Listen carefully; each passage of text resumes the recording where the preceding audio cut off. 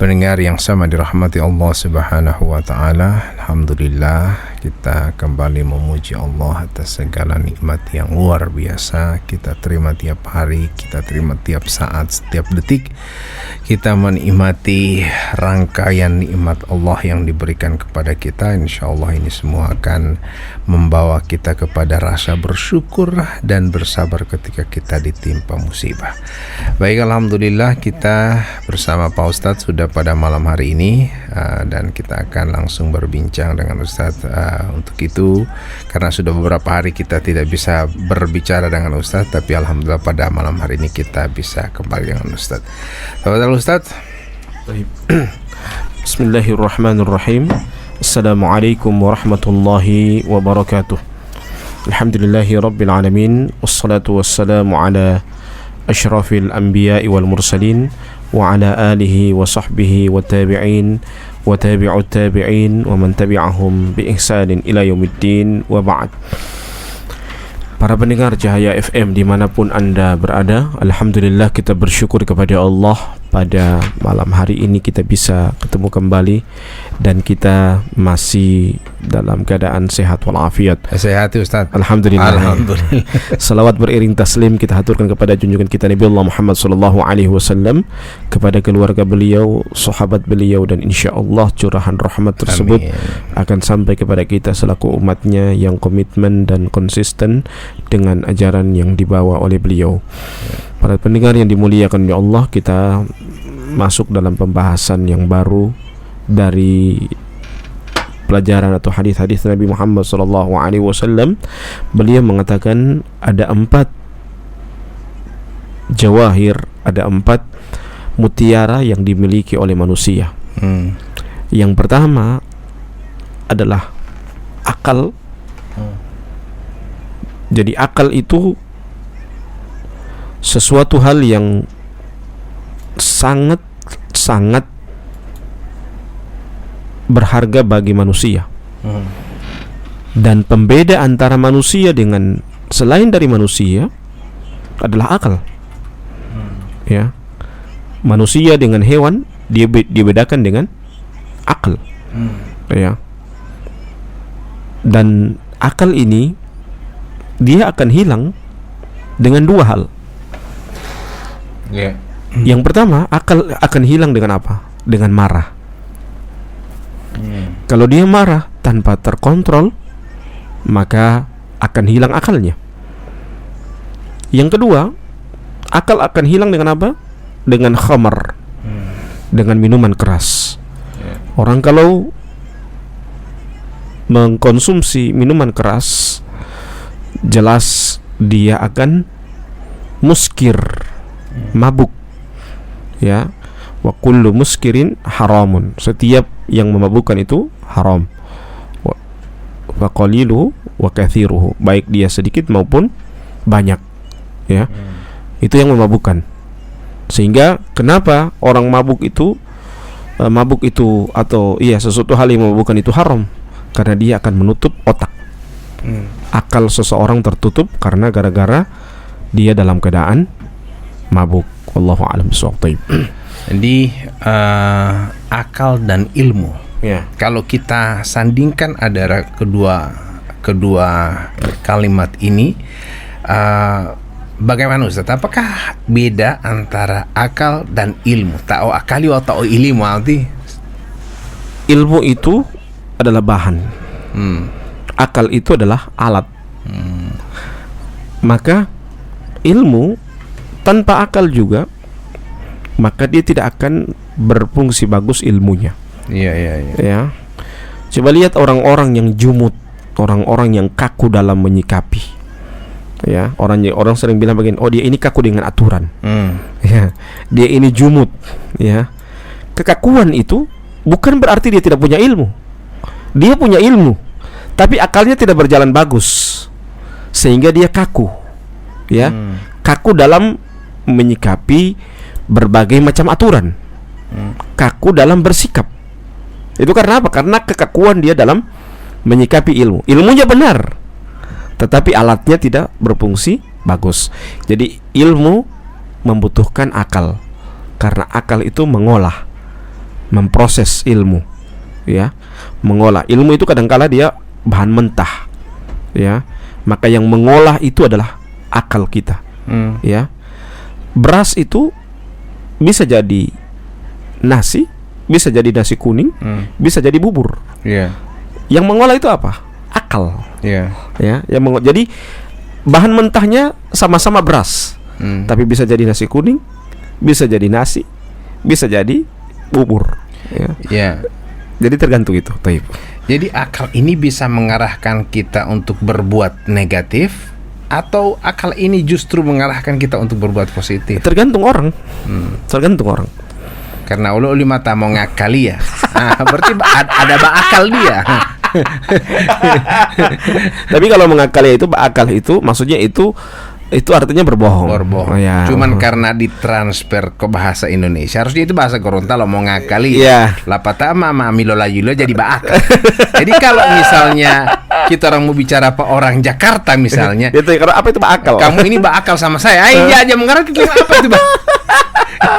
Karena itu hanya bahasa transfer dari bahasa Gorontalo ke bahasa Indonesia. Ya. Jadi itulah ilmu dengan akal. Jadi sekali lagi ilmu itu adalah bahan, alatnya itu adalah akal. Maka kadangkala orang yang berilmu, alatnya tidak berfungsi bagus, ya, referensinya lengkap, ya, literasinya lengkap, tapi alatnya tidak berfungsi bagus. Akhirnya apa? Kadang dia kaku dalam bersikap, ya, dia terlalu jumud dalam bersikap. Karena apa? Karena akalnya tidak berfungsi bagus. Maka itu pentingnya akal dalam mengolah, akal dalam menganalisa sebuah ilmu. Thayyib. Jadi boleh dikatakan bahwa posisinya akal dalam Islam itu tinggi. Begitu Ustaz ya? Betul. Iya. Jadi ilmu lebih tinggi daripada akal atau bagaimana? Atau dua-duanya saling membutuhkan. Ya. Dua-duanya saling membutuhkan. Ilmu butuh akal, akal juga butuh ilmu. Walaupun apa? Walau dia mengakal yang jauh ilmu.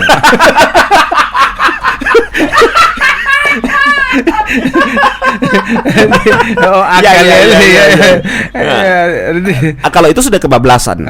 Itu sama dengan orang-orang, mohon maaf ya, orang-orang Yahudi. Orang Yahudi itu bahkan mereka dijuluki dengan ahlul kitab. Saking mereka dijuluki ahlul kitab, bukan berarti mereka bodoh. Mereka cerdas, pintar, tapi kepintaran mereka menyesatkan mereka dari jalan Allah. Jadi kalau ada orang pintar, ya, kemudian dia berbohong sama orang, mengakali atau tahu, berarti dia ada garis lurus dari orang-orang Yahudi. Maksudnya garis lurusnya seperti itu. Dia pintar, tapi tidak mendapatkan hidayah. Ya, kepintarannya dia tidak membawa dia kepada hidayah Allah, tidak membawa dia ke jalan Allah, ke jalan yang benar. Maka orang yang pintar itu tidak mesti harus pintar, dia membutuhkan juga apa? Hidayah. Ya, makanya kita sering berdoa apa? Rabbana la tuzigh qulubana ba'da idh hadaitana. Ya Allah, jangan engkau palingkan hati kami setelah kami mendapatkan petunjuk. Ya, jadi orang Yahudi itu punya ilmu, mereka punya ilmu, dijuluki ahlul kitab. Karena mereka dijuluki ahlul kitab, mereka tersesat. Ya, keilmuan mereka, kecerdasan mereka, kalau istilah kita apa? Mailimbata. Ya, jadi mereka saking sudah pintar, ya, sehingga dia tersesat dari jalan Allah. Tayyib. Jadi boleh saya katakan bahwa muali boleh lemelat ya Ustaz, bahwa akal ini merupakan syarat untuk mencari ilmu. Betul. Wan dia akal lolo butia Allah ilmu kan artinya. Jadi orang yang harus ada akal dulu ketika dia mencari ilmu. Betul. Iya. Jadi Ustaz, mutiara itu, jadi mutiara manusia yang pertama kali itu adalah akal. Maka semuanya dia bermuara kepada akal. Dan lebih mulia lagi akal itu kalau dibimbing oleh hidayah. Benar, oleh wahyu juga kan? Wahyu ilahi, iya. Karena kalau dia tidak dibimbing oleh wahyu ilahi, oleh hidayah, dia bisa tersesat. Bisa jadi dia akan menjadi pengikut orang-orang Yahudi. Pintar, tapi kepintarannya justru menjauhkan dia dari jalan Allah.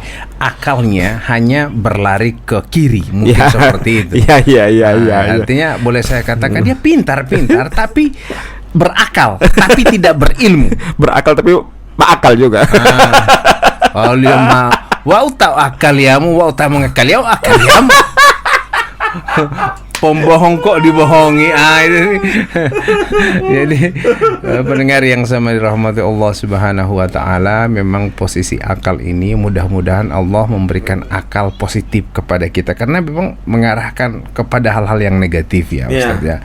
Kadang kita berakal tapi kemudian kita mempelajari sesuatu. Misalnya contoh kecil, kita punya akal, akal kita punya cerdas, kemudian ada ilmu. Nah, ilmu ini bisa menjadi ilmu hitam, kemudian ilmu putih, istilahnya ini ya. Kalau kita coba masuk ke kehidupan kita sehari-hari, ada ilmu agama, ada ilmu syaitan misalnya. Akhirnya akal kita justru kita gunakan untuk mempelajari ilmu syaitan. Betul. Baik, mungkin ada pertanyaan dari para pendengar yang hadir di ataupun mendengarkan kami di malam ini. Mungkin Ustadz ada penyampaian dari Ustadz mengenai persiapan pemilu ya. Tinggal beberapa hari dari Ustadz. Kalau dari saya tentang pemilu ya, saya berharap kepada kita semua, pertama, jangan menerima sogokan. Saya sebagai Ustadz menyarankan untuk tidak menerima sogokan, ya. Jadi serangan fajar tidak boleh. Sogok itu tetap sogok, ya. Mau DP nama serangan fajar, serangan siang, serangan malam, ya, tetap itu sogok. Ar-rashi wal murtashi finnar. Menyogok dan menerima sogokan itu kedua-duanya di neraka. Ya, jadi jangan sampai menerima sogokan. Tapi kalau misalnya dia bilang itu ucapan terima kasih, Ustadz tolol, dia akan terlihat. Terima kasihnya di mana? Kalau terima kasih berarti menang dulu, baru dia kasih fulus. Tapi kalau dia kasih di muka bukan terima kasih itu. Nah, begini Ustadz, contoh ini Ustadz ya. Ya. Anak mau kasih ucapan terima kasih, ente soba pilih pana. Ucapan terima kasih ini anak mau panjar 100.000. Kalau setelah menang anak tambah 400.000. Ini anak bukti bahwa anak betul-betul mbak dari Pak ente. Ente kira anak mbak akal. Anak ucapan terima kasih. Awal itu Ustadz ya. Tapi sudah bilang mbak pilih Pak Ana, berarti itu sudah menyogok. Cuman dipoles bagus. Saya terima kasih karena itu sebab pilih Pak Ana. Ya itu sudah dipoles bagus, akan memang sekarang ini keburukan dibungkus kalimatnya jadi bagus, ya. Dibungkus kalimatnya jadi bagus. Tetapi itu adalah sebuah. Yang kami misalnya Ustadz tuh ya lemado timado 250 mati hilam milik atau dia atau jala. Jadi terserah ente mau bapili pak kita atau nyanda. Ini anak ikhlas bakas do ini. Walau hilamamu itu pasti. Jadi artinya begini. Tapi begini, orang mau terima itu pasti dia punya hutang budi. Punya hutang budi. Kita kasih 250. Tapi jangan orang batai tidak mungkin saya tidak memilih dia karena memang dia coba baik-baik Pak Ana, jelas punya hutang budi. Jadi yang saya khawatirkan orang yang terima ini datang lagi orang kedua, apalagi di boleh ada 5 orang. Jadi orang kedua apa boleh kita kasih uang 250.000. Terserah ente mau pilih atau nyanda, terserah ente. Mak dulu tadi mau 250.000. Akhirnya sampai 5 orang jadi 1.250.000. Mam TPS itu mah pikir yang maton tapi liau karena ngambil kan malu hima beban. Terakhir yang terakhir bakasian dia kasih yang dia pilih. Karena akhirnya tilu iya 55 Ustadz. Satu tusuk karena ngasih 250, 2 tusuk 250, tusuk 55 supaya adil kan. Akhirnya batal suaranya. Akhirnya jadi tidak berguna kan. Ya. jadi itu bahayanya, makanya jangan kita menerima sogokan. Iya. Jadi apapun alasannya, apapun namanya, jangan menerima sogokan. Ar-rashi wal murtashi finnar. Apapun bentuknya, walaupun bukan cuma uang, dalam bentuk sembako, ya. Jadi tidak mesti dia harus ada juga dia sogokannya dari sisi budi jasa itu. Oh ya. Panu misalnya Ustadz dalam pertemuan, lapatama mau tak ilundang ilio lapatalo hialio nasi bungkus buat tai hula. Walolo itu Ustadz, apakah itu sogokan atau tidak? Pertemuan, kalau dia pertemuan sekedar misalnya dalam bentuk sosialisasi, dialog, kampanye dialogis lah istilahnya, kemudian dikasih roti, dikasih makanan untuk orang. Tapi kalau untuk kalau untuk umum itu tidak jadi masalah, tapi kalau dia khusus yang hadir di kampanye itu, ya jelas itu tidak boleh. Maksudnya tidak boleh kita menerima. Kecuali kalau kita memang sudah pendukung dia, tapi tetap jangan dianggap itu sogokan, itu makan siang. Beda kalau sogokan itu memang namanya ati mahipalang mahipangan apa taati jamu tialo. Pendem mau duto lalu Ustaz Beto ngomong apa? Alangkah lebih bagusnya begini. Kalau mau suka strill bagus, kalau mau punya niat mau hadir di kampanye, makan memang dari rumah. Jadi ketika disuguhkan air makanan, ditolak, sudah sukanya kan, uangkan saja.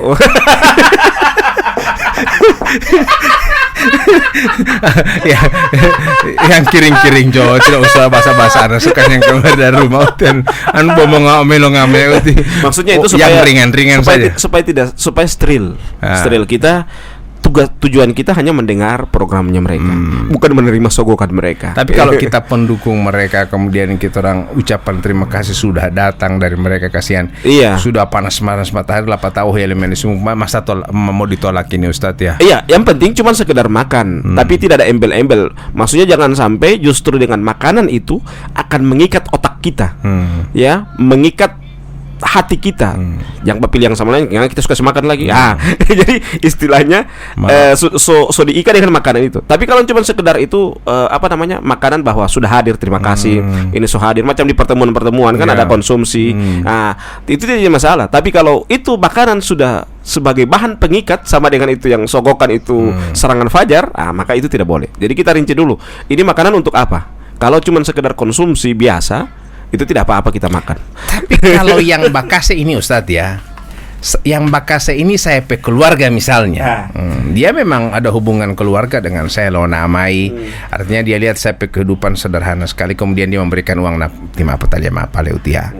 Artinya tidak ada pesan-pesan moral, tapi saya tahu dia calon.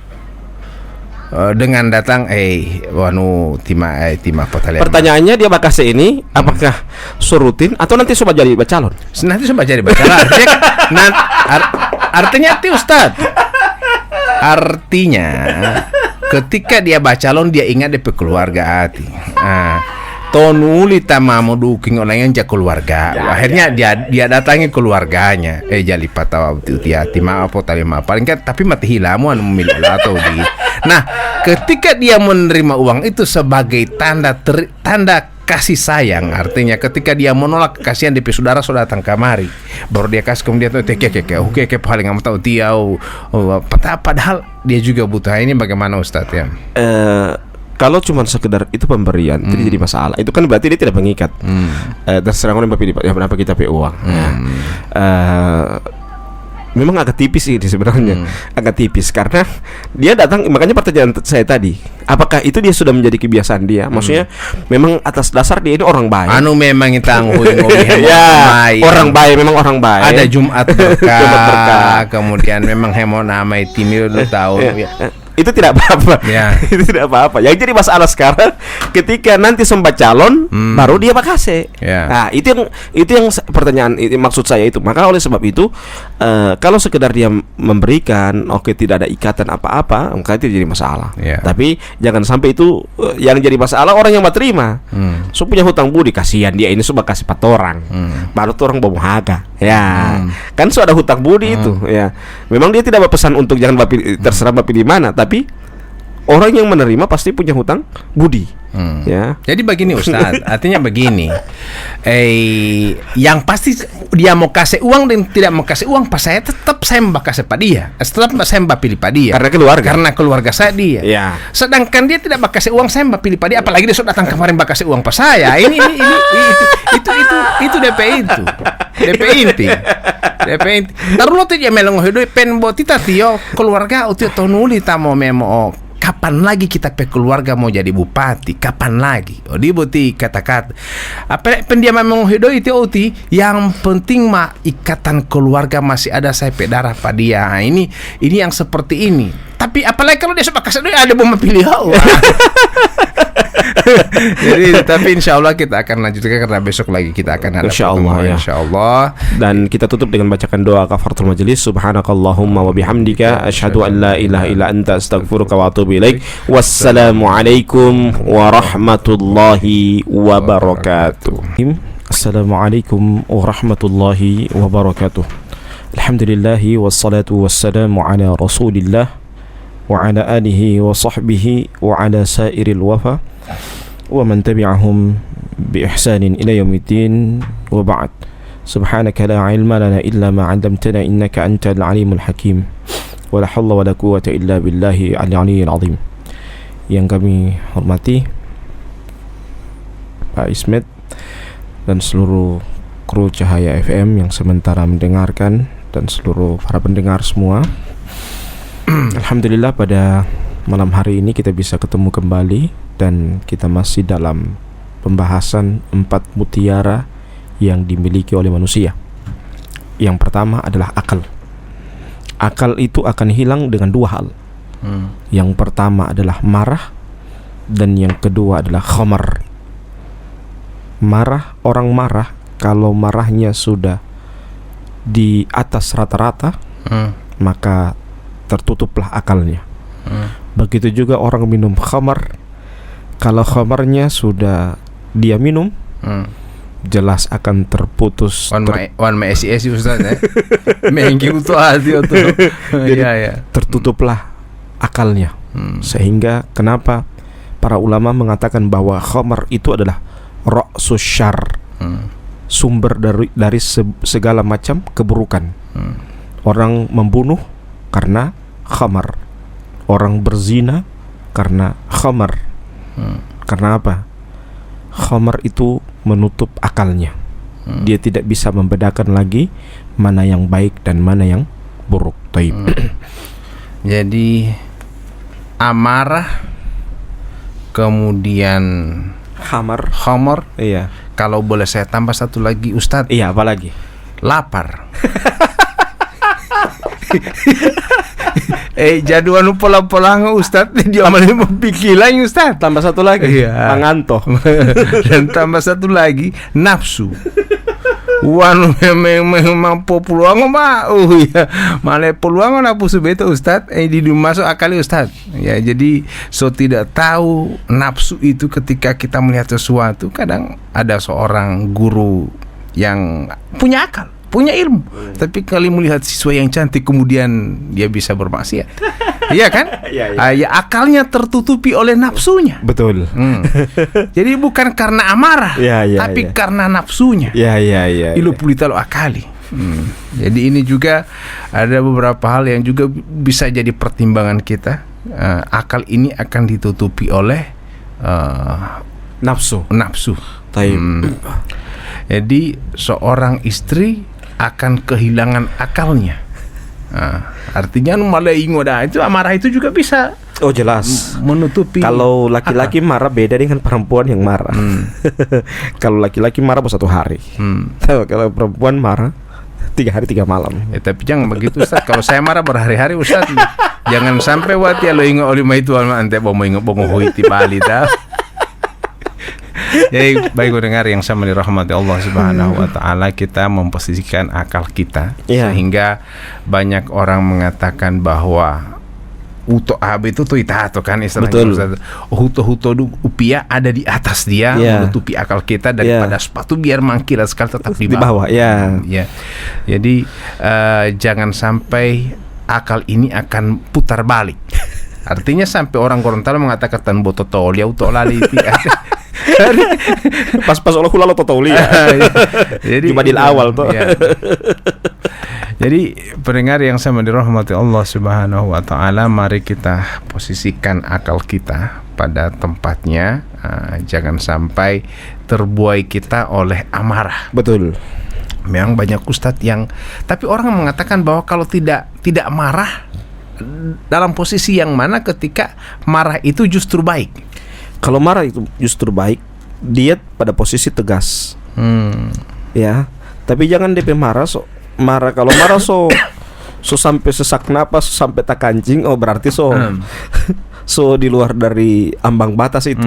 Tapi kalau ada orang marah, dia cuma bertegas, tapi otaknya masih bagus. Iya, masih abis dia marah dia tak tahu, oh berarti masih terkontrol itu. Tapi kalau dia marah terus, dia buka tidak mau senyum, oh berarti memang di apa namanya, di ubun-ubun DP marah itu. Ya. Jadi kalau marah itu usahakan juga terkontrol. Kalau dia terkontrol bagus, makanya Nabi memberikan solusi. Kalau marah berdiri, duduk. Kalau marah duduk, berbaring. Oh, berdiri ulang. Kalau dia berbaring, masih juga marah, Nabi bilang apa? Berwudu. Karena sesungguhnya api itu akan padam dengan air. Baik pendengar yang sama dirahmati Allah Subhanahu wa taala, memang amarah ini kadang-kadang bisa menyebabkan sesuatu bisa hancur berantakan. Betul. Ada yang istilah Inggrisnya saya pinjam, ada yang namanya butterfly effect. Artinya paham saya. Kalau butterfly effect itu biasanya begini, sesuatu hal yang kita lakukan dahulu kadang-kala itu berefek. Jadi itu kan butterfly effect itu sebenarnya seperti apa, kipasan kupu-kupu di mana itu di satu daerah, kemudian dia berdampak ke daerah yang lain yang jauh. Itu maksudnya apa? Sesuatu hal, makanya itu pentingnya butterfly effect itu juga punya apa namanya, punya peran positif buat kita. Orang berstatus kebaikan, jangan minta orang like sekarang, tapi kita punya rekam jejak baik yang baik. Jadi ketika orang mau mencari kebaikan, kita punya butterfly effect itu. Jadi hari ini mungkin orang tidak butuh dengan yang orang berstatus akan kebaikan.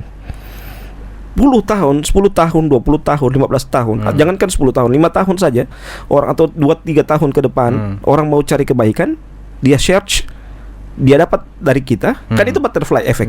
Ya, dia punya apa, peran positif buat orang lain untuk bisa berbuat kebaikan. Bisa jadi dengan kebaikan yang kita share itu, ya, dia akan berdampak, orang bisa dapat hidayah. Itu namanya butterfly effect. Jadi butterfly effect itu juga bisa berpengaruh negatif kepada betul, kita. Karena emosi yang meledak-ledak itu bisa menyebabkan butterfly effect. Efeknya cuman kecil. Contoh kecil, seorang suami yang menaruh jam tangannya di atas meja. Tapi kita lanjutkan dulu dengan pertanyaan. Ya, tafadhal. Assalamualaikum warahmatullahi wabarakatuh. Iya, silakan. Yo, assalamualaikum balik Ustaz. Waalaikumsalam warahmatullahi wabarakatuh. Ya, dulu halo. Waktu mau ingin bertanya tentang akal tadi dengan amarah. Ada kaitan dengan amarah toh? Iya. Misalnya dari waktu lo balanja tuh patale beberapa macam ngolo tambah timoto pilo balanja pakai di lama. Maksud nanti satu kali angka. Nanti mau singgah. Tuh. Patah ile dunggame itu salah satu tampak wali mawati ojal balanja itu. Sedangkan petani lati ulangnya mah di dulu mal pulito.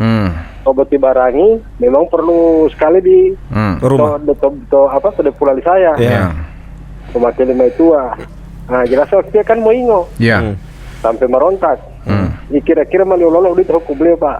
Popo hira. Kan mau saling mata ulangi mati mah didoroi. Popo hira sih lo mau itu. Patah memang ngomong begitu boleh. Ya, baik, terima kasih ya. Jadi menurut, apakah saya wajib marah pada saat itu atau ya itu. Ya, karena medunga mede Pak ya lawala betulnya mali Pak alala kehilasan. Wow mau jalo penda. Mau jalo penda. Jauh itu, terima kasih banyak. Assalamualaikum warahmatullahi wabarakatuh. Waalaikumsalam warahmatullahi wabarakatuh. Biasanya yang terjadi yang begini, muamalah begini, biasanya baku aplos penjaga. Bisa saja dia bertransaksi misalnya dengan DP suami. DP suami pergi, DP istri yang baku ganti. Jadi DP suami tidak sempat menitipkan pesan sama istrinya. Bahwa ada orang yang sudah beli tapi belum dia ambil DP barang. Karena DP istri tidak tahu apa-apa, dia bilang tidak pernah beliin orang. Ya itu dalam muamalah itu hal yang wajar. Karena juga wajarnya DP suami tidak bakal tahu. Ya tidak memberi tahu. Sebenarnya itu kita juga kalau mentransaksi dengan orang, minimal kita minta kwitansi atau tanda akad, tanda akad bahwa kita sudah transaksi, minimal foto jo. Saya foto ini ya supaya bukti, jangan sampai mau baku tukar, maksudnya baku ganti begitu, baku ganti penjaga. Ya, itu yang harus kita jaga. Makanya dalam jual beli itu ada namanya antaradi minhum. Jadi saling ridho di antara dua orang. Jadi orang yang membeli ridho, orang yang menerima juga ridho. Ya. Kalau ini orang yang menerima tidak ridho, karena orang baku ganti, sehingga dianggap bahwa yang beli ini belum bayar, tidak beli di situ. Ya, itu dia masalah tuh. Jadi ini yang karena yang bertanyakan ini adalah ada hubungannya dengan marah dan akal. Jadi yang beli ini punya marah dan yang jual ini tidak punya akal.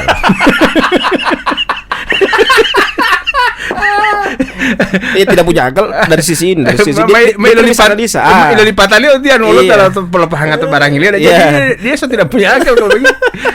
Boleh tali artinya boleh tali itu tadi awak kali ya gitu ya. Ya. Baik. Makanya kata Allah dalam Al-Qur'an, ayat yang terpanjang dalam Al-Quran dalam surah Al-Baqarah, Allah mengatakan apa? Ya ayyuhalladzina amanu idza tadayantum bidaini ila ajalin musamma faktubuh. Jadi kalau ada hutang piutang itu tulis. Itu kan hutang piutang. Walaupun dia sepele. Ini kan mau dia titip. Gitu Pak, nanti saya mau ambil. Kan itu kan dia dijaga ya. Kalau mungkin orang yang seperti di zaman Nabi, walaupun tidak ditulis tidak apa-apa, karena amanah. Kalau di zaman sekarang ditulis pun kadang-kala dipalsukan, tidak betul ini ya. Nah, jadi itu pentingnya kita menulis. Ada akad begitu. Jadi supaya orang tahu bahwa saya ini ada transaksi dengan ente, ini buktinya.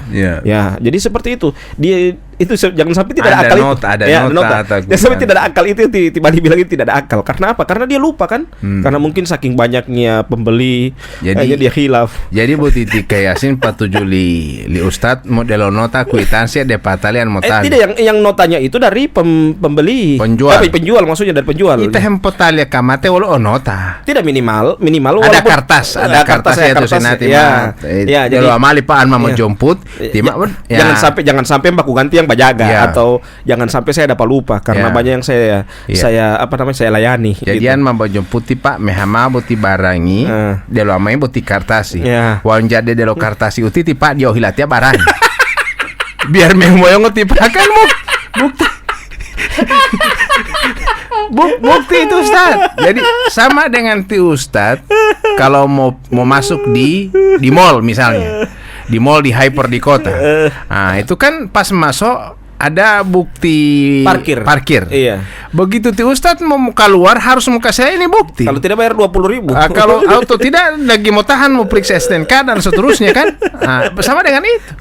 Jadi ti Ustadz mau hama ulang barang misalnya bayar 20.000 misalnya. Kamate pilo popo ada bakas sistem kekasan harga 10.000. Mau bayar 20.000 ilo telo kamate ulang.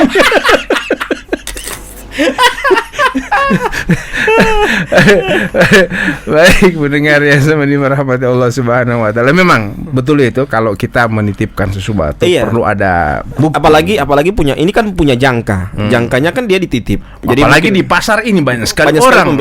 Jadi kalau banyak transaksi begitu lebih bagus diikat. Diikat dengan transaksi itu. Jadi begitu para pendengar, insya Allah bisa dimaknai dan sekarang sudah memasuki azan Isya. Kita akan akhirnya yang membacakan doa kafaratul majelis. Subhanakallahumma bihamdika asyhadu an la ilaha illa anta astaghfiruka wa atubu ilaik. Wassalamualaikum warahmatullahi wabarakatuh. Sahbihi wa tabi'in wa tabi'ut tabi'in wa man tabi'ahum bi ihsanin ila yaumiddin wa ba'd. Subhanaka la ilma lana illa ma 'allamtana innaka antal alimul hakim wa la haula wa la quwwata illa billahi al-'aliyyil 'azim. Para pendengar Cahaya FM dimanapun Anda berada, alhamdulillah kita bersyukur kepada Allah Subhanahu wa taala masih diberikan oleh Allah Subhanahu wa taala kesempatan untuk bisa menghirup udara segar di bulan Syawal ini. Sebelumnya saya ucapkan taqabbalallahu minna wa minkum shalihal a'mal. Semoga Allah menerima seluruh amalan kita semua. Ja'alanallahu minal a'idin wal faizin. Semoga Allah menjadikan kita orang-orang yang beruntung dan orang-orang yang kembali suci, ya, karena kita telah berpuasa sebulan penuh. Salawat beriring taslim kita haturkan kepada junjungan kita Nabi Allah Muhammad sallallahu alaihi wasallam, kepada keluarga beliau, sahabat beliau, dan insyaallah curahan rahmat tersebut akan sampai kepada kita selaku umatnya yang komitmen dan konsisten dengan ajaran yang dibawa oleh beliau. Para pendengar Cahaya FM dimanapun Anda berada, kita membahas sebagaimana Tibali sampaikan tadi, kita akan membahas tentang keutamaan dari bulan Syawal dan amaliyah-amaliyah di bulan Syawal. Yang pertama, amaliyah di bulan Syawal. Bulan Syawal ini merupakan bulan untuk kita silaturahim, ya. Dan ini yang menghambat saya balik untuk berpuasa Syawal, ya. Yeah. Karena di mana-mana ada open house. Iya. Sehingga mau puasa ke sana, kadang saya mau tanya dulu, besok ini ada open house di mana? Kalau tidak ada, ya mal ma'rubal mengli open house betul pendemahui. Muali Ustaz. Iya, bagus begitu. Kalau di Arab itu begitu. Mereka open house-nya malam supaya pagi siang itu kesempatan orang untuk puasa. Itu jadi open house ini dan memang kalau karena ya statusnya juga sunnah, jelas mau tidak mau kita harus batalkan, ya. Daripada sebab puasa setengah hari, mendingan saya tidak berpuasa. Nanti mau tunggu kapan libur baru kemudian saya berpuasa lagi. Ya. Itu yang pertama. Jadi bulan Syawal itu adalah bulan silaturahim, ya, silaturahmi bersama.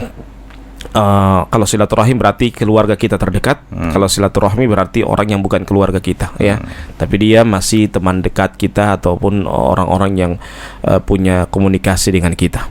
Yang kedua adalah kita disunnahkan untuk berpuasa sunnah 6 hari.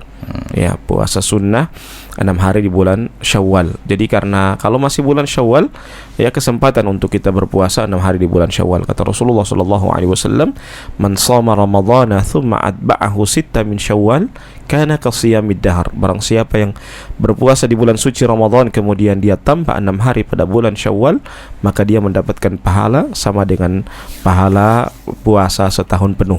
Inilah keutamaan bagi orang yang berpuasa di bulan Syawal 6 hari. Jadi bukan hanya, jangan dianggap remeh, akan cuman sunnah itu 6 hari, tetapi pahalanya kalau ditambahkan dengan puasa di bulan suci Ramadan, kita akan mendapatkan pahala berpuasa setahun penuh. Itulah keutamaan dari bulan Syawal yang kebanyakan kita harus perhatikan supaya kita jangan sampai lalai karena bulan Syawal bolos sadiki, sehingga masih ada kesempatan kita yang belum berpuasa sunnah, segera kita berpuasa sunnah 6 hari di bulan Syawal.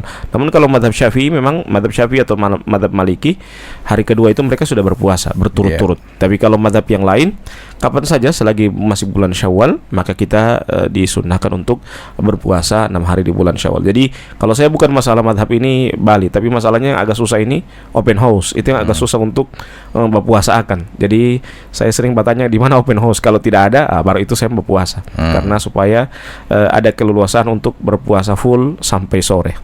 Kalau misalnya Ustadz Mailenia itu puasa dan kita tahu tidak ada open house, tapi besok siangnya tiba-tiba ada yang mengundang kita untuk open house.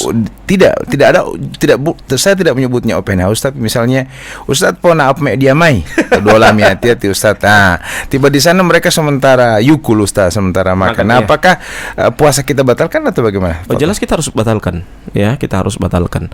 Kecuali kalau kita berpuasa mengganti puasa, itu baru kita bisa tolak. Kalau mengganti Ramadan, itu kita bisa karena tolak. Statusnya dua-dua wajib. Tapi kalau ini kan puasa sunnah, jadi kalau puasa sunnah kita harus batalkan. Tapi kalau statusnya kita mengganti puasa Ramadan, maka karena dua-duanya wajib, kita masih bisa tolak. Tapi kalau kita sunnah tidak bisa kita tolak. Kita harus batalkan puasa sunnah kita itu. Baik pendengar yang sama dirahmati Allah Subhanahu wa taala, nulung kolo tahidungo heo hilamo hintu dari Ustadz. Apa saja yang kita ingin tanyakan mengenai bulan Syawal ini selain puasa, bisa menggunakan layanan kami di 085171664994. Nah Ustadz, ada kan yang biasa puasa sunnah Senin Kamis Ustadz. Nah dia melaksanakan puasa Syawal ini hanya di bulan di hari Senin Kamis, dan juga adalah sunnah puasa Senin Kamis. Apakah ini bisa digabungkan begitu? Kalau menggabungkan menggabungkan niat itu soal boleh karena satu hukumnya sama. Sunnah dua-dua. Tapi alangkah lebih bagusnya dia pisah. Ya, alangkah lebih bagusnya dia pisah. Jadi dia puasa Senin Kamis, khusus Senin Kamis, dia puasa Syawal supaya dia dapat pahala dua-dua. Tapi kalau menggabungkan cuman dia gabung jadi satu, rugi ya. Maksudnya dapat dosa rugi karena apa? 2 amalan jadi satu. Tapi kalau kita pilih kita dapat pahala dua-dua. Apalagi 3 amalan jadi satu. Misalnya Senin Kamis, Senin ledungka atau Yaumil Bid Ustaz. Iya, 13 14. Ledungka atau Yaumil Bid. Jadi Yaumil Bid pilu asali, Senin pilu asali, Syawal pilu asali ya. Jadi dalam resep dokter 3 kali 1. 3 in 1. Jadi dengar yang sama dirahmati Allah Subhanahu wa ta'ala. Nah ini tidak bisa kita orang melaksanakan puasa Syawal ini misalnya nih Ustaz, kalau sang istri melaksanakan puasa Syawal kemudian tidak harus pamit kepada suaminya, ini boleh? Kalau puasa sunnah harus pamit. Kalau puasa sunnah harus pamit. Tapi kalau puasa wajib tidak perlu pamit. Ya. Kalau puasa sunnah namanya, kalau status wajib maka itu masih bisa kita untuk berdiri sendiri. Dalam artian tidak perlu pamit. Dan itu seperti kalau orang undang. Tapi kalau suami mau puasa harus pamit sama istri juga atau bagaimana? Atau kalau suami puasa kan suami, jadi tidak diharuskan. Iya, tidak harus diharuskan untuk sunnah itu pamit sama istri. Itu. Ya, yang saya khawatirkan atima potubuah maklima itu potubuah atau makan siang, lapatal mau sarapan, lapatal nunggu mau sarapan. Boja mau nggak ya? Kasih tahu malam, makanya lebih bagus kasih tahu malam supaya istri juga sudah tahu bahwa waktu dia masak ini berarti nanti jam 3 ke atas supaya fresh makanan yang diberikan kepada suaminya. Puasa Syawal memang penuh tantangan Ustadz ya, karena di saat-saat orang yang ramai-ramainya sementara makan siang ya. Tapi kita berupaya untuk melaksanakan sunnah. Beda dengan puasa Ramadan nggak ambil amat puasa bon puasa sunnah betia wali ma ambil Ramadan wa barasa lo hanya mela pertama mah dua ngal. Jadi dengan Ustaz, jadi ada yang sampai mengatakan seperti mau wali itu 30 hari pun mah 2 ngal 6 hari. Apalagi kalau yang punya rutinitas yang berat atau punya kebiasaan-kebiasaan di luar Ramadan. Nah, kantara di puasa Syawal ini mungkin Ustaz taati molio puasa atau ya bagaimana Ustaz? Iya, sebagaimana dalam suatu kaidah bahwa jazaul khair khairum ba'da. Balasan kebaikan itu adalah kebaikan setelahnya. Maksudnya apa? Tanda bahwa Allah akan menerima puasa Ramadan kita, berarti kita bisa berpuasa, kita akan berpuasa puasa-puasa yang selanjutnya. Jadi tanda kita diterima sholat sunnah kita sholat sunnah setelah bulan suci Ramadan. Jadi kalau kita puasa setelah bulan suci Ramadan. Kalau sholat sunnah, kita sholat sunnah setelah bulan suci Ramadan. Itu tandanya. Makanya jazaul khair khairum ba'da. Balasan kebaikan itu adalah kebaikan setelahnya. Jadi kalau kebaikan setelahnya kita bisa berpuasa dengan baik, maka ini keutamaan yang besar, ya. Jadi dan ini tanda juga puasa kita diterima, sholat sunnah kita diterima dengan kita memperbanyak amaliyah yang sebagaimana kita semangat dalam beribadah di bulan suci Ramadan, kita juga semangat di 11 bulan yang akan datang. Itu tanda bahwa amaliyah kita diterima oleh Allah Subhanahu wa taala. Thayyib. Pendengar yang sama dirahmati Allah Subhanahu wa taala, bulan Syawal tinggal kurang lebih 15 atau 14 hari lagi akan meninggalkan kita. Dan Bapak Ibu para pendengar Cahaya FM yang sama dirahmati Allah, bila ingin punya niat untuk melaksanakan puasa Syawal, masih ada kesempatan 14 hari ke depan. Apalagi hari Jumat ini hari libur, jadi kesempatan puasa akan. Maksudnya karena kalau hari kantor kan teman-teman ada yang mengatakan puasa di hari Jumat itu harus digandeng dengan hari lain. Bagaimana itu Ustaz? Iya, digandeng dengan hari lain kalau dia tidak punya niat yang lain. Maksudnya larangan itu ketika kita puasa hanya mengkhususkan puasa hari Jumat. Hari Jumat. Padahal ada puasa hari Kamis. Iya, ada puasa hari Kamis dan itu ada kaitan dengan inna yaumal jum'ati Sayyidul Ayyam. Iya. Jadi hari apa namanya?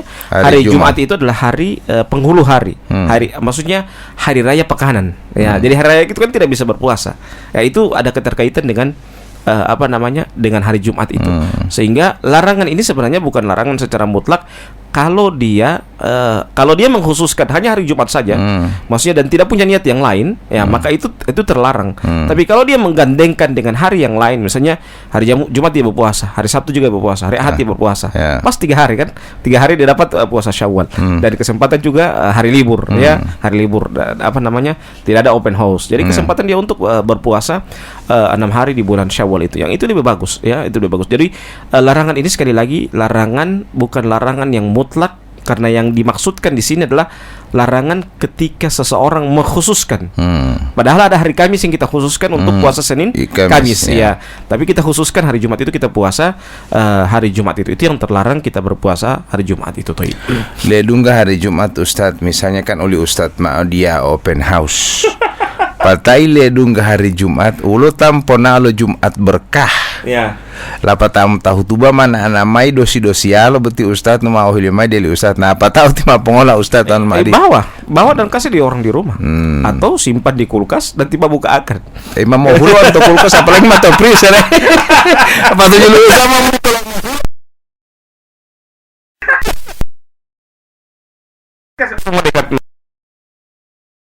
sama itu maksudnya.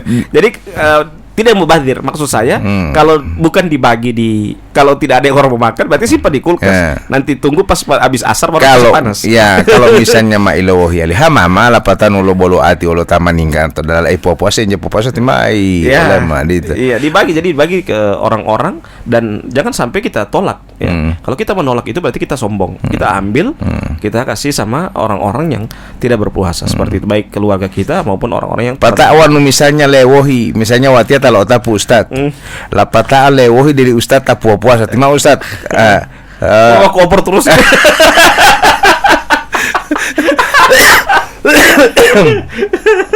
Jadi artinya wan mele dungka butia hari Jumat hari libur ya, insyaallah begitu juga dengan hari Minggu kan libur hari Sabtu. Jadi Jumat Sabtu Minggu kan libur saat ya. Jadi ini bisa kita gunakan untuk melaksanakan puasa sunnah. Patamnya dungka metato isinin dia bolong ke puasa dama ampa hari ya insyaallah. Jadi para pendengar yang sama dirahmati Allah Subhanahu wa taala, puasa selain puasa sunnah ini apalagi kira-kira yang disunahkan kepada kita untuk kita laksanakan di bulan Syawal ini Ustaz? Yang berikutnya adalah menikah di bulan Syawal. Rasulullah menikahi Aisyah itu di bulan Syawal. Dahulu di zaman jahiliyah orang-orang menganggap bulan Syawal itu adalah bulan yang sial. Ya, bulan naas. Sehingga Nabi membuktikan bahwa bulan Syawal itu bukan bulan yang sial. Nabi nikah di bulan Syawal, ya, menikahi Aisyah di bulan Syawal. Jadi itu ini menunjukkan kepada kita bahwa bulan yang bagus untuk kita menikah itu adalah bulan Syawal. Karena Nabi itu nikah dengan Aisyah di bulan Syawal, seperti itu. Jadi wanu popua dame ame dung kalau mau menikah di bulan Syawali, barasa Ustaz mau puasa sunnah Ustaz. Khusus pengantin baru dia awal ambil Ramadan dia bawa itu hulu tuh apalagi bawa puasa. Ini tantangan poliwi itu dia para pengantin baru. Jadi kita melaksanakan nikah itu di bulan Syawal. Di bulan Syawal, iya. Entah nikah atau nikah lagi mau ali Ustaz ya. Jadi pendengar yang sama dirahmati Allah Subhanahu wa taala, bolo 5 menit Ustaz. Jadi selanjutnya adalah selain nikah juga memperbanyak tali silaturahmi Ustaz. Betul, ya. Kita saling berkunjung kepada keluarga. Momen kita apalagi sekarang baru saja libur panjangnya Ustaz ya. Dan banyak WFA juga. Banyak ada yang kegiatan-kegiatan seperti itu, ada momen untuk kita bersilaturahmi. Dan insya Allah ini sudah selesai dan mungkin di antara kita Ustaz ada yang sudah kembali ditinggalkan oleh anak-anaknya. Itu dia kadang-kadang mereka sudah kerja di tempat yang jauh dari kita, atau yang kedua mereka sementara menjalani pendidikan. Ya jelas ya kita lagi dalam keadaan rindu. Ya rindu. Ya, insya Allah doa untuk melabuti. Apalagi tadi kalau walingai Ustaz. Ya. Artinya anak-anak kita yang tidak sempat pulang karena barusan nikah di bulan artinya sebelum Sya'ban, kemudian artinya diminta oleh suaminya pergi ke kampungnya, kemudian tidak balik, sempat berpuasa dengan orang tuanya. Jadi jelas merasa rindu ya. Rindu. Tapi yang mudah-mudahan kerinduan itu tetap terobati, akan berimbas pahala kepada kedua orang tuanya. Kita doakan anak-anak kita insya Allah tetap dalam keadaan sehat walafiat walaupun mereka ada di kampung orang. Baik, memang malam ini kita masih sedikit penelpon Ustadz karena nanti kali ini perdana. Insya Allah tolong bungonu akan terus kita laksanakan ini mohima. Buka memperoleh hikmah hikmah Isya, menunggu ajan Isya. Insyaallah besok malam kita ketemu lagi insyaallah ya Ustaz ya. Kita akhiri dengan membacakan doa kafaratul majelis. Subhanakallah bihamdika asyhadu an la ilaha illa anta astaghfiruka wa atubu ilaik. Wassalamualaikum warahmatullahi wabarakatuh. Takwa kepada Allah Subhanahu wa taala. Dan bulan Syawal ini kemarin kita sudah membahas tentang bagaimana teknis dalam berpuasa di bulan Syawal. Kita lanjutkan amalia selanjutnya adalah di antara kita masih lanjutkan karena belum berakhir ini bulan Syawal. Iya, masih baru tanggal 21, 22. Masih ada kurang lebih 9 hari atau 8 hari ke depan kita masih bisa memanfaatkan waktu itu untuk beramal di bulan Syawal, khususnya yang belum berpuasa. Puasa Syawal. Yang berikutnya di antara amalia di bulan Syawal adalah, Ustadz, ini puasa Syawal ini harus 6 hari atau boleh 3 hari, boleh 2 hari atau bagaimana? Memang dalam hadis itu kan 6 hari. 6 hari ya. Tsumma atba'ahu sitta min Syawal. Kemudian diikuti 6 hari di bulan Syawal. Berarti sitta itu 6. Ya, jadi 6 hari. Jadi kalau misalnya 3 hari, ya itu kan hukumnya juga sunnah. Cuman alangkah lebih bagusnya 6. Ya, karena yang disunahkan itu 6. Ya, 6. Bukan 3, bukan 2, bukan 5 malah. Jadi 6. Dan amalia selanjutnya adalah Rasulullah SAW menikah di bulan Syawal bersama Aisyah. Ya, jadi Aisyah ini istri yang kedua Nabi. Ya, jadi istri yang pertama Khadijah. Bukan berarti bahwa kalau kita orang menikah yang kedua di bulan Syawal itu Ustaz, Ustaz. Ustaz. Saya kan bilang Aisyah itu istri kedua Nabi. Jadi yang siapa yang mau mencontohi Nabi begitu Ustaz? Ustaz artinya. Jadi kan kalau dilihat, kalau mau menikah yang kedua kali berarti di bulan Syawal. Jadi ya terus Ustaz ya. Kan istri pertama Khadijah. Istri kedua Aisyah. Jadi Rasulullah menikahi Aisyah, yang Aisyah ini posisi istri yang kedua. Beliau nikahi di bulan Syawal. Kenapa di bulan Syawal? Karena dahulu bulan Syawal itu orang-orang jahiliyah menganggap bulan Syawal itu bulan yang sial. Bulan Syawal. Jadi sehingga Nabi buktikan bahwa bulan Syawal itu bukan bulan yang sial. Sehingga Nabi nikah di bulan Syawal. Karena ada orang mengatakan pitaloh, artinya diapit oleh 2 hari raya. Hanya 2 hari raya ini tidak bisa membuat akan apa-apa Ustaz. Seperti itu, ada seperti itu. Jadi sehingga dianggap bulan sial. Dan memang masing-masing daerah memang menganggap itu ada beberapa bulan itu bulan sial. Kalau di Gorontalo kan Hulaloto Taulia. Kalau di kalau di daerah lain bulan Safar itu bulan sial. Kalau kita di Gorontalo justru bulan Safar itu bulan untuk menikah. Karena cucu-cucu Nabi itu nikah di bulan Safar. Jadi itulah masing-masing daerah punya pemahaman masing-masing. Jadi tidak bisa dijadikan sebagai standar itu bulan sial. Karena masing-masing daerah punya standar masing-masing. Jadi di Gorontalo dianggap Hulaloto Taulia itu bulan sial, padahal Nabi juga lahir di Hulaloto Taulia. Rabiul Awal itu kan Hulaloto Taulia. Tidak mungkin Nabi lahir di bulan yang sial. Seperti itu. Jadi standar orang itu memang berbeda-beda. Jadi kembali kepada masalah ini bahwa Nabi nikah di bulan Syawal bersama Aisyah. Nabi nikah bersama Aisyah itu di bulan Syawal. Jadi bulan Syawal ini jadi para jomblo alangkah lebih bagusnya nikahnya di bulan Syawal. Ya, sebagaimana Rasulullah menikahi Aisyah radhiyallahu taala anha di bulan Syawal. Nah, kita ke penelpon dulu yang sudah siap di line telepon, kita angkat. Pak Ustadz, Assalamualaikum. Waalaikumsalam warahmatullahi wabarakatuh. Todwolo ti Mama Novi pertanyaannya. Pertanyaannya begini Pak Ustaz. Selain bulan Syawal, bulan apa lagi yang bagus untuk pernikahan Pak Ustaz? Selain bulan Syawal. Cuma itu Pak Ustaz pertanyaan saya. Ya. Assalamualaikum. Waalaikumsalam warahmatullahi wabarakatuh. Taib. Sebagaimana yang saya sampaikan tadi. Jadi di samping bulan Syawal ada bulan, kalau kita ikut keluarga Nabi ya. Saya jelaskan ini ke keluarga Nabi. Ya. Jadi Nabi nikah dengan Aisyah di bulan Syawal. Ya. Cucu-cucu Nabi nikah di bulan Safar. Jadi 2 bulan itu sudah cukup. Ya. Sya'ban ini banyak kan di Gorontalo. Kalau Sya'ban itu saya khawatir. Ya, karena apa? Dekat dengan Ramadan. Mehuluto. Iya. Jadi alangkah lebih bagusnya kalau punya niat nikah bulan Sya'ban, tunda dulu sampai Syawal. Kan menunda itu kan memperkuat kematangan. Ya. Jadi alangkah lebih bagusnya dinikah di bulan Syawal. Jadi bulan Sya'ban kan kalau bulan Syawal kan kita ikut Nabi. Bahwa Nabi nikah dengan Aisyah di bulan Syawal. Yang penting jangan kawin di bulan Ramadan. Tapi ada juga orang nikah di bulan Ramadan. Ada ya. Jadi masalah yang jadi masalah ini adalah dia tidak mampu untuk menjaga syahwatnya di siang hari. Ya, itu masalah. Baik, pendengar yang sama dirahmati Allah Subhanahu wa taala. Terima kasih untuk Mama Novi, semoga bisa menjawab pertanyaannya. Yang lainnya masih saya tunggu di 085171664994. Intinya bahwa Islam itu tidak ada bulan yang sial, Ustaz ya. Tidak ada bulan yang sial, cuman kenapa itu ada seperti itu, karena itu sebagai ikhtiar saja. Jadi bukan dalam artian menganggap itu bulan yang sial, tapi itu ikhtiar.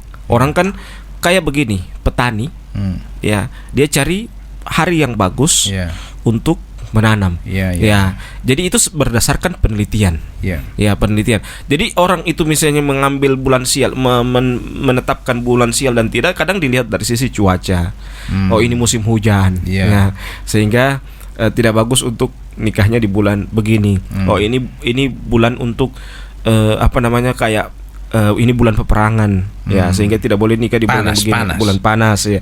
Jadi seperti itulah diambil. Manyala Ustadz ya. Mau manyala kalau mau kawin di bulan ini. Ya, itu.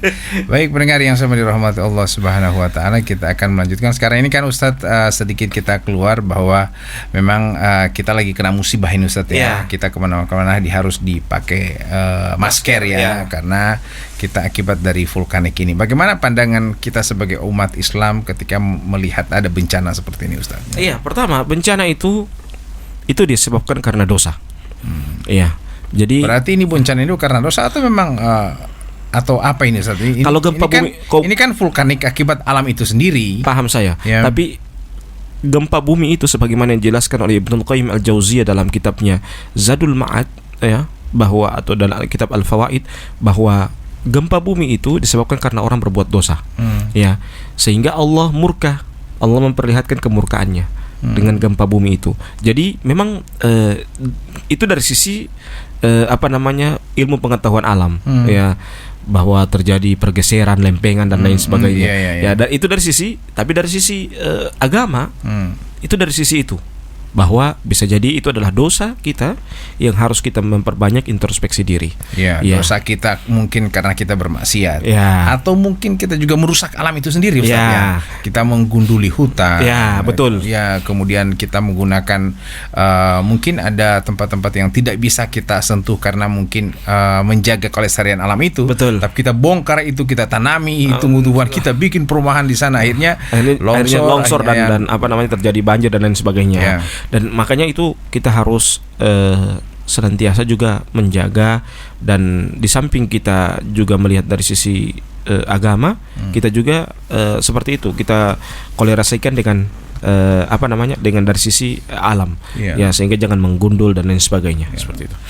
Baik Ustadz, kita kembali kepada amalan-amalan di bulan Syawal. Nah, kalau misalnya orang yang tidak sempat melaksanakan puasa Syawal, apakah bisa dilaksanakan di bulan lain? Oh, tidak boleh. Itu kan namanya puasa Syawal. Ini dengan Ramadan. Iya. Nah, ketika Ramadan kita sakit, kemudian kita bisa tukar di bulan lain. Kalau Syawal, apakah ketika kita sakit ingin melaksanakan puasa Syawal, tapi tidak boleh di bulan Syawal, akhirnya kita laksanakan di bulan lain? Kalau Ramadan kan memang itu wajib. Yeah. Kalau ini kan sunnah. Jadi sunnah tidak diwajibkan untuk kita mengganti. Kalaupun dia ingin mengganti, maka gantinya di bulan yang sama. Sama dengan juga puasa begini. Kita mengganti sholat asar. Sholat asar bukan berarti kita ganti di waktu maghrib. Kita gantinya besok di waktu asar. Begitu juga itu. Puasa Syawal kita gantinya di bulan Syawal. Jadi tunggu tahun depan. Kalau perlu 1 bulan full dia akan puasa kan, kalau dia jadi 2 bulan berturut-turut cuman selang sedikit hari raya dia istirahat, baru dia lanjut ulang.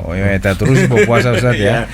Jadi pendengar yang sama dirahmati Allah Subhanahu wa taala, kami persilakan untuk bisa berdiskusi atau bertanya kepada Ustaz di 085171664994. Berarti bencana ini adalah yang kita alami sekarang ini akibat dari ulah kita sendiri Ustaz, daripada merusak alam itu mungkin merusak seperti alam, itu ya. yang kedua juga dosa ya. Jadi dosa itu di samping kita merusak alam juga dosa-dosa yang lain. Jadi sebuah dosa itu kadangkala tidak langsung dibalas begitu. Makanya Teh Ebit bilang tanyakan kepada rumput yang bergoyang. Hilain tuh lo nggak buti madi sikisali sama peng gempa bencana.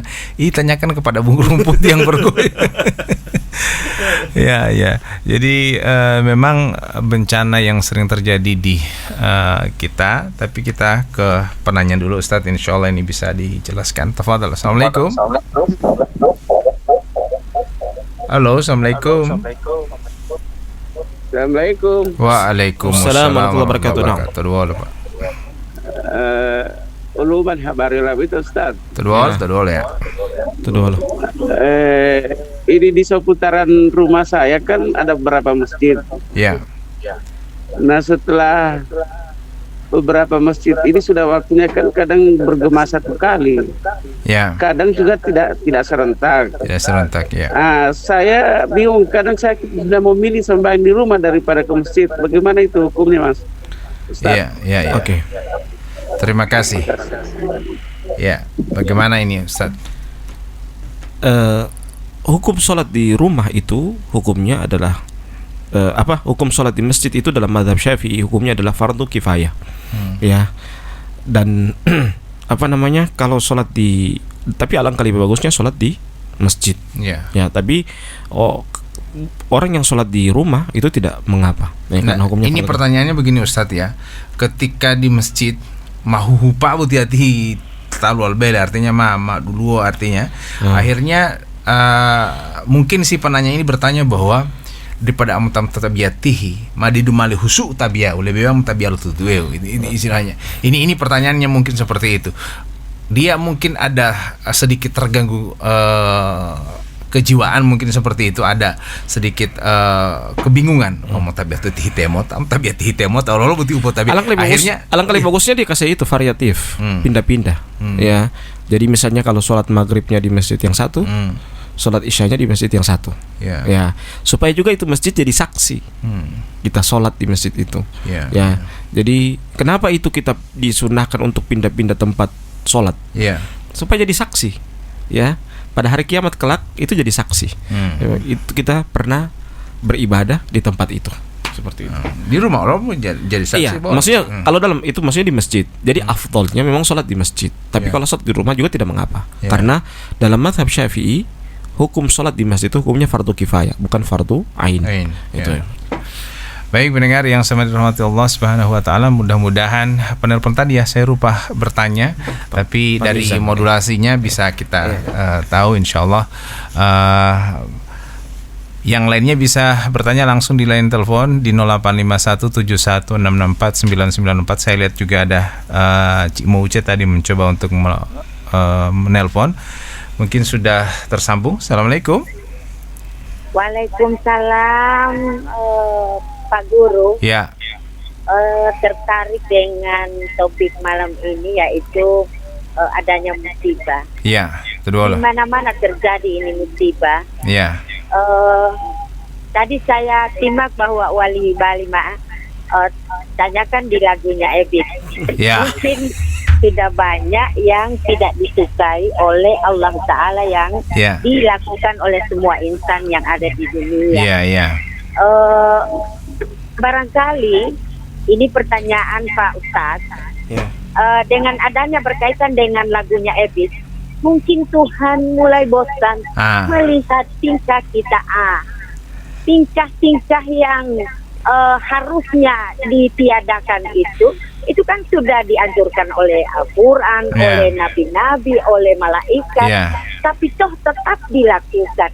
Bagaimana itu Ustaz mengantisipasi ini? Apakah dengan adanya dakwah di mana-mana, atau dengan adanya pemahaman diri sendiri, merubah diri sendiri dengan kelakuan yang tidak diinginkan oleh Allah Ta'ala? Terima kasih. Wassalamualaikum warahmatullahi wabarakatuh. Waalaikumsalam warahmatullahi wabarakatuh. Mungkin perlu digarisbawahi adalah kalimat mungkin Tuhan mulai bosan. Nah, dia Tuhan bosan, Ustaz, ya. Allah tidak akan pernah bosan. Allah bukan bosan, tapi Allah murka. Ya. Jadi itu bahasa halus dari Ebit Ade. Jadi itu namanya Allah mulai murka kepada kita sebagai orang pembangkang. Maka oleh sebab itu, makanya Allah abadikan dalam Al-Qur'anul Karim, wa kana al-insanu ajula, wa kana al-insanu zaluman jahula. Sifat manusia itu apa? Zaluman jahula. Suka mendolimi dan suka, maksudnya, dan tidak tahu apa-apa. Dua itu. Jadi kita harus maklumi bahwa manusia itu demikian. Tapi juga jangan sampai dengan ketidaktahuan kita juga dia tidak tahu terus. Karena Allah ini mengutus Nabi kita, Nabi Muhammad SAW, mengeluarkan kejahilan dari kejahilan, mengeluarkan dari sifat kezaliman. Itu Nabi diutus. Jadi Nabi diutus itu untuk membimbing kita. Tapi pertanyaannya, Cik Muce, masih saja ada orang yang membangkang. Iya, jangankan kita. Keluarga Nabi pun ada yang membangkang. Maksudnya orang yang jadi sebagaimana yang saya jelaskan kemarin, bahwa di kalangan para nabi pun, maksudnya ujian para nabi itu bukan orang jauh, orang dekat. Nabi Ibrahim, ayahnya, Nabi Nuh, istri dan anaknya, bukan orang jauh-jauh. Nabi Muhammad, pamannya. Jadi bukan orang jauh-jauh. Jadi pembangkangnya bukan orang-orang yang di sebelah air sana. Apalagi yang kita yang sudah jauh dari masa kenabian. Jelas juga keluarga juga tantangannya, juga orang-orang yang jauh dari juga tantangannya, modernisasi juga tantangannya, modernisasi, teknologi juga sebagai tantangan luar biasa, dan akan membuat dia tidak terlena dengan modernisasi itu. Akhirnya jadi kebablasan. Itu. Jadi oleh sebab itu kebosanan Allah itu, atau Allah murka kepada kita itu, kita jangan sampai kita sia-siakan. Dalam artian kita harus kembali. Dan orang yang masih punya keimanan, ketika Allah menegur dengan gempa bumi, saya kemarin itu hampir bahas status. Kebetulan siang itu kan gempa bumi, saya hampir bahas status. Mungkin orang yang masih tidur tidur pagi ini harus balompa, siap-siap sholat duhur. Ini teguran bagi Allah agar cepat sholat duhur. Karena kan dia gempa buminya kan siang. Jadi seperti itu. Jadi kadang Allah itu menegur kita dengan berbagai macam cara. Jadi tinggal keimanan yang bergerak. Kalau ada keimanan pasti ini teguran Allah, mungkin saya belum sholat zuhur, atau misalnya kalau tengah malam jam 4 gempa bumi, mungkin teguran Allah, ini Allah suruh bangun sholat malam saya dan sholat subuh, kan begitu. Jadi itu kalau keimanan sudah berbicara, dia pasti akan mendengarkan. Allahu a'lam bishawab. Baik, memang Ustadz, yang namanya manusia pasti tempatnya berbuat salah. Dan itu sudah janji syaitan akan menggoda manusia. Artinya tepat Ustaz. Kata Allah Subhanahu wa taala dalam Al-Qur'anul Karim, fabima agwait tadi laqudannahum siratal mustaqim. Syaitan sudah berjanji, aku akan gelincirkan mereka dari jalanmu yang lurus. Pataulah ya, masih silakan tuh. Tapi kata Allah apa? illa min ibadikal mukhlasin, kecuali hamba-hambamu yang ikhlas. Kalau orang ikhlas itu syaitan sudah angkat tangan. Tapi kalau ada orang yang belum ikhlas, ipa pambelengau itu, ya. Jadi hari ini dia kadang dia mau bersedekah, tidak jadi. Oh, berarti belum ikhlas itu. Artinya dia bolu Ustaz, niati mau sedekah. Oh ya udah 1 juta tadi mau tadi. Nah semakin dekat bolos 10.000. Karena DP 1 juta itu tidak ikhlas. Yang DP ikhlas itu 10.000. Ya 999 itu mah mau tak ilo pengaruh lati. Tergelincirlah dia sudah ya. Baik pendengar yang sama dirahmati Allah Subhanahu wa taala, menarik perbincangan kita. Kita ucapkan terima kasih kepada para penelpon yang sudah masuk di line telepon kami. Insyaallah kita akan berbincang lagi pada esok malam jika Allah mengizinkan. Insyaallah kita akan hadir kembali bersama Anda dalam program Wahai Aisyah. Kami ucapkan terima kasih dan kita akhiri dengan bacakan doa kafaratul majelis. Subhanakallahumma bihamdika asyhadu an la ilaha illa anta astaghfiruka wa atubu ilaik. Wassalamualaikum warahmatullahi wabarakatuh.